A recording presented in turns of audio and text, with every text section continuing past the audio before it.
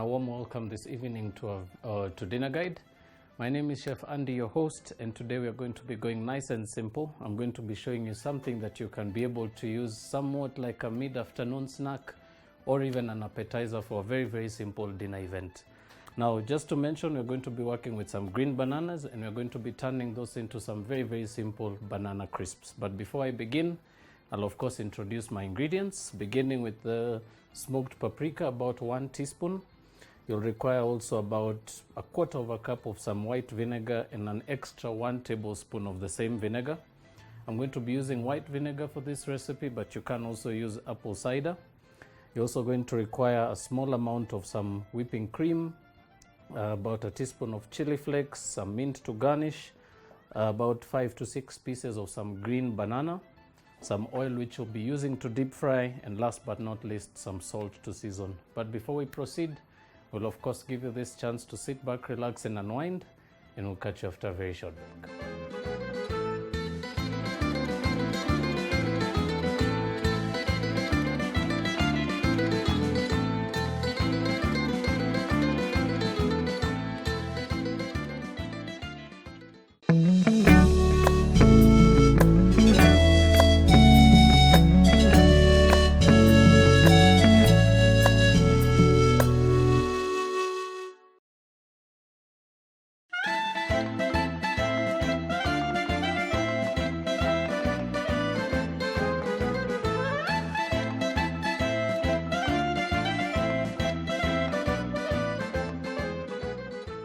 Welcome back, viewers. We're just about ready to start this very, very simple recipe.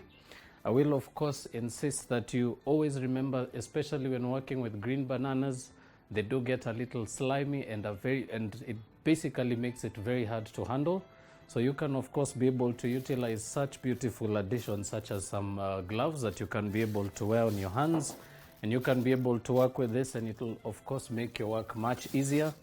But of course, this next tip is mainly aimed at those viewers at home that may not have luxuries such as this in their own kitchens. You can of course be able to pull off the same easiness of peeling your bananas by using a bit of oil.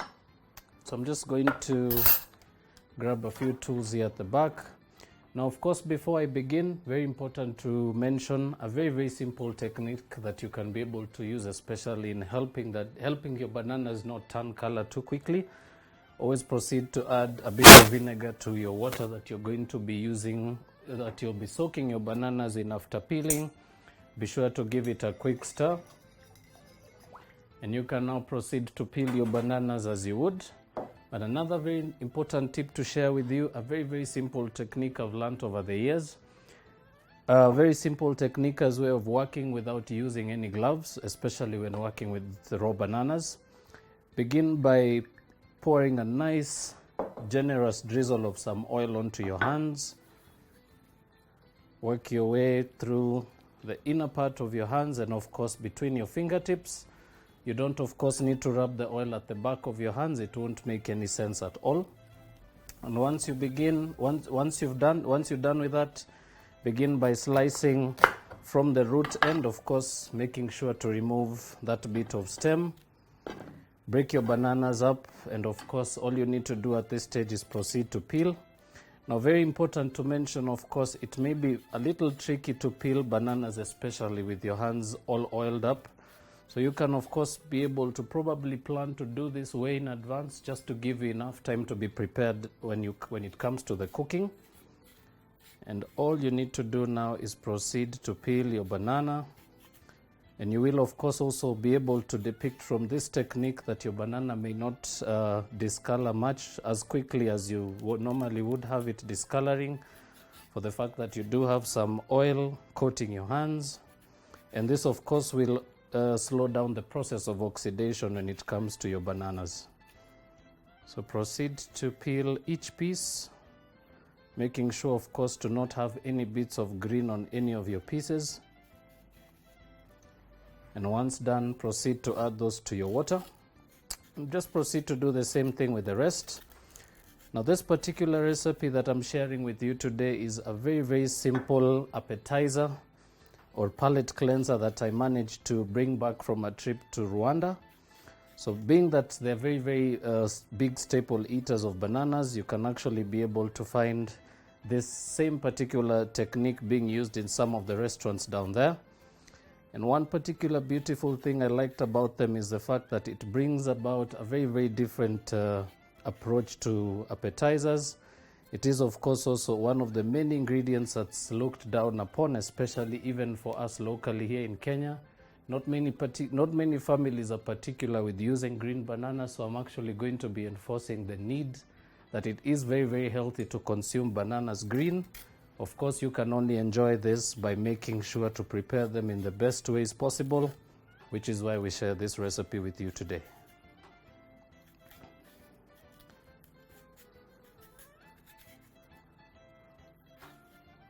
So proceeding to finish that last piece off.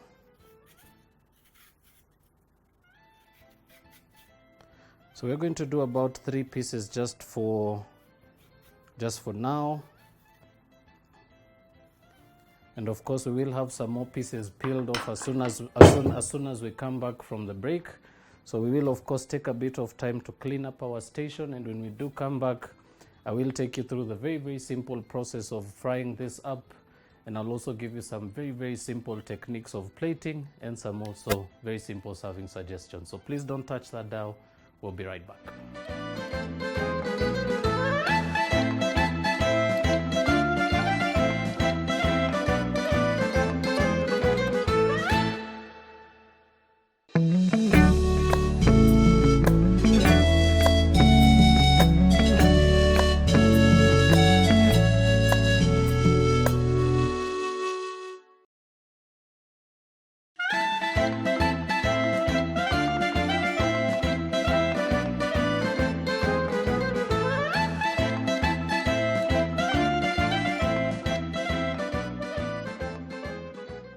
Welcome back, ladies and gentlemen. For those of you who are with us just before we took the break, we had just peeled some green bananas and we sliced a few. So I'm just going to take you through the one last piece for you to see.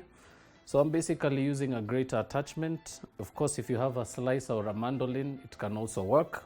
And all you need to do is slice some evenly thin slices of your banana. And of course, this you can also be able to do way in advance. You can actually leave your pieces of banana soaked in your water just before the cooking time arises. And this will of course save you quite a bit of mess. And of course, as I mentioned, due to the fact that green bananas do have a bit of slime on them, it will make it so much easier for you, especially when working between different activities. So once that is done, very, very simply proceed to grab a sieve and just pour out the water, give it a shake and allow the rest to continue draining, giving you just enough time to reheat your oil. Right, so this process is of course very, very important that I mention at this stage, that you should always try and make sure that you don't have any water coming into contact with oil. This could actually spark a fire. So be sure to always have your potatoes either sitting on some parchment paper, or you can actually lay them straight into your colander or your strainer. Another thing you can also do to rush the process is by tapping, or rather dotting them very, very lightly with some kitchen paper or some serviettes. That will of course also allow for you to get rid of any excess water on the surface. And once that is done, it's a very, very simple process of frying. So we're just going to move these pieces into the oil. Of course, always drop one piece just to make sure your oil is hot enough. And once it starts to bubble, proceed to add all your pieces one at a time. Very important to also allow for the mixture to have a bit of space to cook in, especially once it goes into the oil. So try not to add all your banana pieces at the same time. Remember, you do want them to cook and color nice and even. So always be sure to make sure, even for those pieces that are pretty much held together in the oil, try and break them up using a pair of tongs. Very important to also mention, Try and keep the process nice and clean right through. Always take some time and make sure that you don't actually have any water coming across to the hot oil. As I said, it could actually cause a fire. Right, so it's going to add a few more pieces to this. And of course, as that continues, very important to also have some kitchen towel or kitchen paper to drain them in. Remember, this will pretty much come from the oil very crispy. Of course, always remember to hold them off the oil or just above the oil, just to allow for any excess oil to drain completely.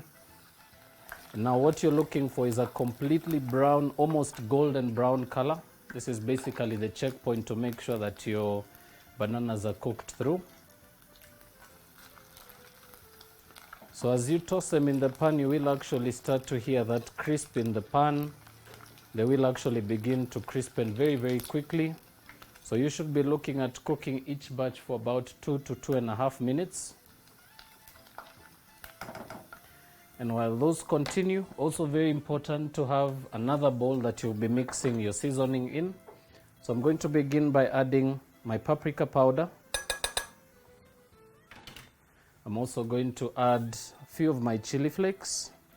And remember, this particularly bring both the heat factor to them, and it also brings a nice, beautiful appearance to your banana crisps. Then of course add some salt. Right, now as those continue to brown, be sure to always keep your eyes peeled, especially to make sure that they don't overcolor. Also make sure to keep your oil at a constant temperature. Remember, they could actually brown very, very quickly in very high heat, so make sure that you're frying this at anywhere between 160 to 180 degrees Fahrenheit or centigrade.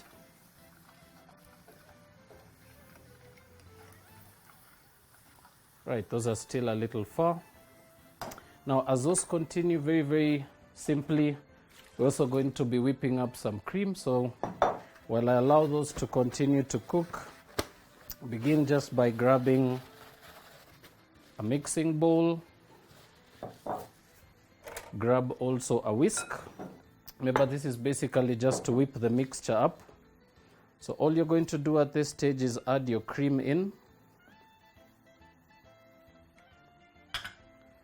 And all you need to do is proceed to whip your mixture.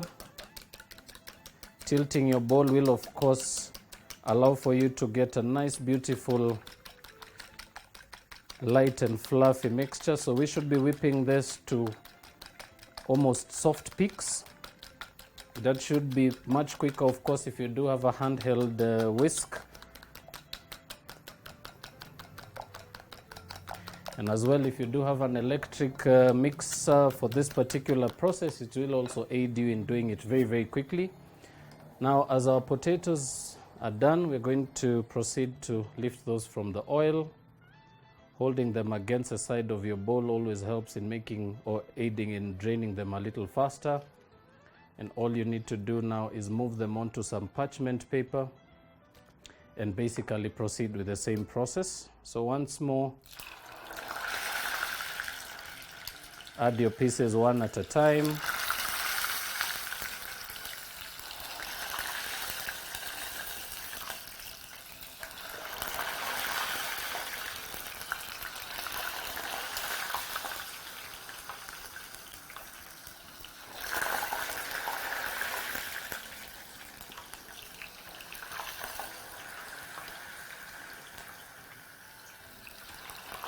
Right, while those continue to cook, proceed to come back to your cream.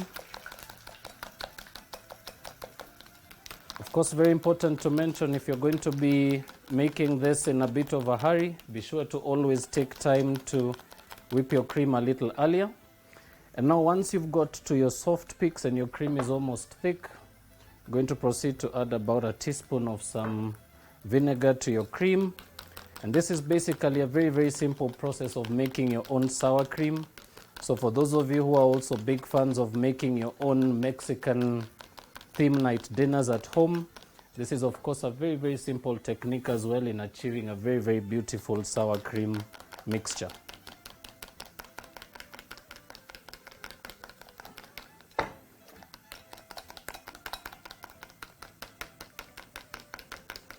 So proceed to whisk your mixture, of course, looking for that nice heavy consistency to it.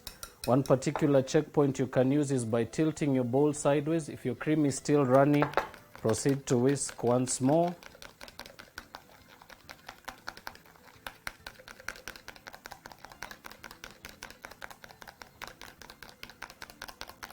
Of course, very important to keep an eye on your banana crisps, so make sure to actually be on a close lookout, especially if you're going to be multitasking through this process. Turn your bowl a few times, proceeding to mix and whisk through.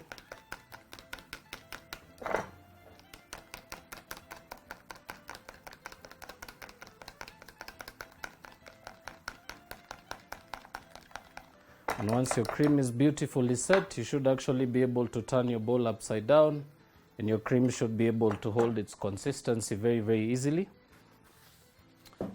Now, of course, very important to allow your cream to set in the refrigerator, so you can leave that in there for anywhere right up and for any amount of time, right up until you're ready to begin your plating. And now, of course, repeating the same process with your crisps.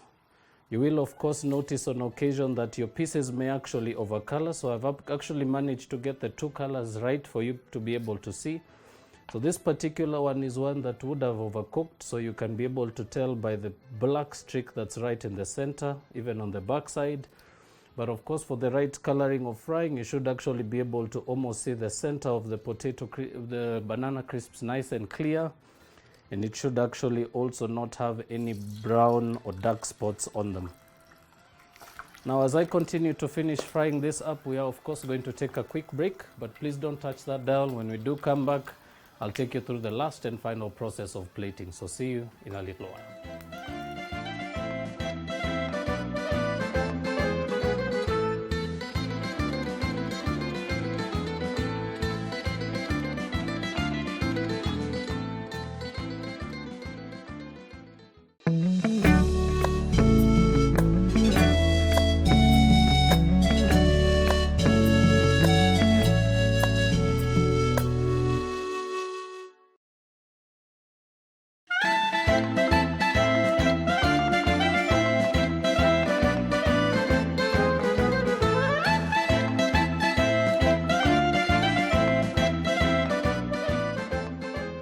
Welcome back, viewers. For those of you who are just tuned in with us right through the show today, we're pretty much finishing off the last and final bits of the bananas. And from the plate that's in front of me, you can be able to see what the complete mixture looks like. I'm just going to remove this from the counter. And of course, as I said, if you can be able to get the sound coming through, they're actually nice and crispy. So at this stage, very, very simply proceed. Once they're drained, of course, proceed to move them into the bowl with your seasoning. And you can proceed to discard the rest. And now all you need to do at this stage is toss your banana chips inside the bowl. So they should actually have a nice, beautiful touch of red on them. Be sure to toss a few times just to be able to get that coat on each of your pieces. And remember, for those of you who are of course not prone to eating chilies, you can of course avoid using any chilies for this particular seasoning stage. So in place of using paprika powder, you can actually be able to use any of your other dried spices, just as long as, of course, if you're not using any, or if you're not planning to serve any chilies, then of course don't forget to remove the paprika and the chili flakes from this very, very simple seasoning technique I used. Of course, now this of course brings us to the plating. So I'm going to grab a spoon, and I'll begin by spooning the mixture onto the plate.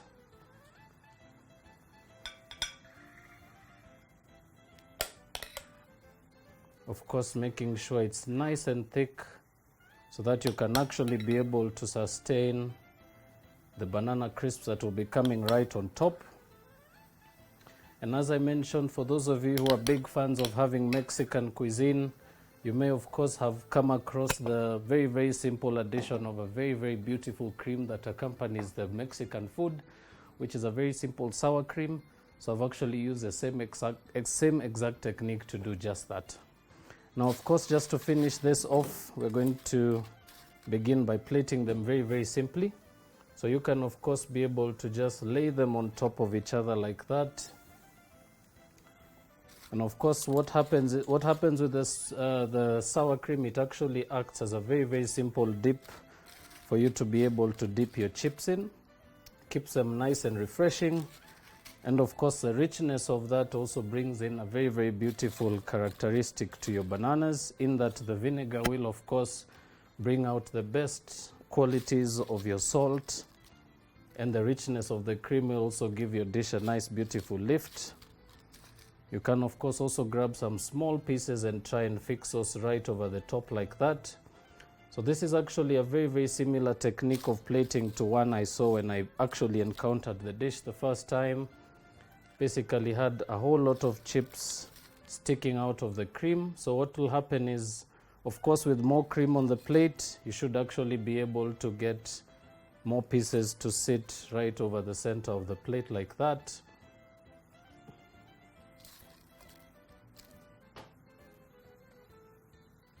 Simple as that, and you can just assemble the rest of your chips and just sprinkle them right over the side of your plate.